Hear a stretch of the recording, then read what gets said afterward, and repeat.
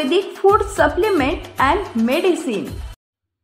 समृद्धी महामार्गावर झालेल्या अपघाताला 2 वर्ष पूर्ण। कुटुंबीय अजूनही न्यायाच्या प्रतीक्षेत। महात्मा गांधी पुतळ्याजवळ कुटुंबियांनी वाहिली श्रद्धांजली।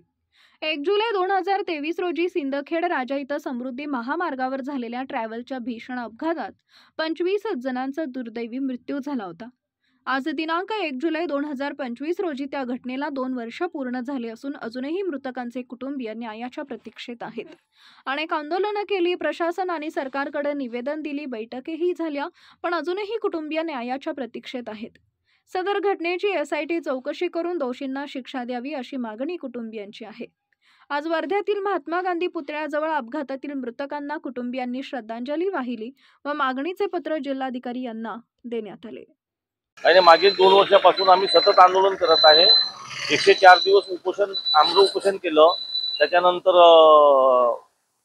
बरेच आंदोलन केली, धरणे आंदोलन केली आणि राज्यपाल महोदय सुधीर भाऊ मुनगंटीवार, प्रशासनाच्या सगळ्या व्यक्तींना आम्ही भेटलो, पण अजूनपर्यंत आम्हाला न्याय मिळाला नाही।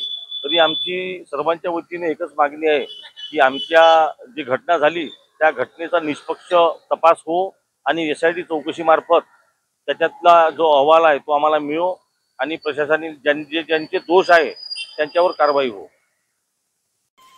सनेज care Sanjeevani centre building, name plot number F3 near Gokhale school, sector number 12, shop number 12, mobile number 88 28 38 80 04 आणि 80 87 02 10 04।